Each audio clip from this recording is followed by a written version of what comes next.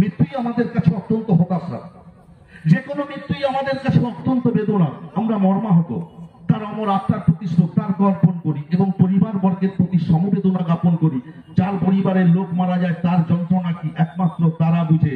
কিন্তু আজকে যে সমস্ত মিথ্যাচারের উপরে দাঁড়িয়ে যারা রাজনীতি করে, ব্যাটিচারের উপরে যারা দাঁড়িয়ে রাজনীতি করে, ভ্রষ্টাচারের উপরে যারা দাঁড়িয়ে রাজনীতি করে, এই খেজুরির মানুষের কাছে মিথ্যা প্রতিশ্রুতি, মিথ্যা কথা প্রচার করার জন্য আজকে মানুষ পায়ে পা মিলিয়েছেন। মিথ্যাকে না ভারতীয় জনতা পার্টি বলছেন, এখানেই দাঁড়িয়ে বলেছেন যে তাকে তৃণমূল কংগ্রেসের লোকেরা পিটিয়ে মেরেছে, বলেছেন তো? শুভেন্দু অধিকারী এই কথা বলেছেন তো?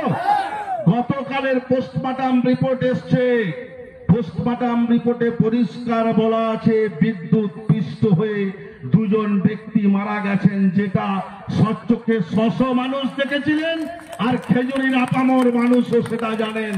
আর তারা তৃণমূল কংগ্রেসের কাঁধে দোষ চাপাতে চাইছে। এখনো পর্যন্ত ডেড বডি রিসিভ করেননি, হাইকোর্টে পিটিশন করেছেন, জানি না রেজাল্ট কি। মহামান্য আদালতের কাছে নিশ্চিত অনুরোধ করব, আবার দ্বিতীয়বার পিএম এর জন্য অনুমতি দেন। দ্বিতীয়বার পিএম হোক। পটাশপুরের ক্ষেত্রে আমরা দেখেছি প্রথমবার পিএম হয়েছিল, প্রথমবার পিএম এর রিপোর্ট যা, দ্বিতীয়বার পিএম এর রিপোর্ট সেম, অর্থাৎ একই। পোস্টমর্টম রিপোর্টের কোনো পার্থক্য দেখা যায়নি। আর আজকের দিনে দাঁড়িয়ে বলছি যে যারা অশান্ত খেজুরিকে অশান্ত করার চেষ্টা করছেন, মিথ্যাচারের উপরে দাঁড়িয়ে রাজনীতি করছেন, আমি মহামান্য আদালতের কাছে অনুরোধ করব আবার তারা দ্বিতীয় পিএম এর অনুমতি দিন। দ্বিতীয়বার পিএম হোক, আবার মানুষের সামনে আনা হোক বাস্তব সত্যটা কি। তার কারণ আমরা তৃণমূল কংগ্রেস মমতা বন্দ্যোপাধ্যায়ের নেতৃত্বে রাজনীতি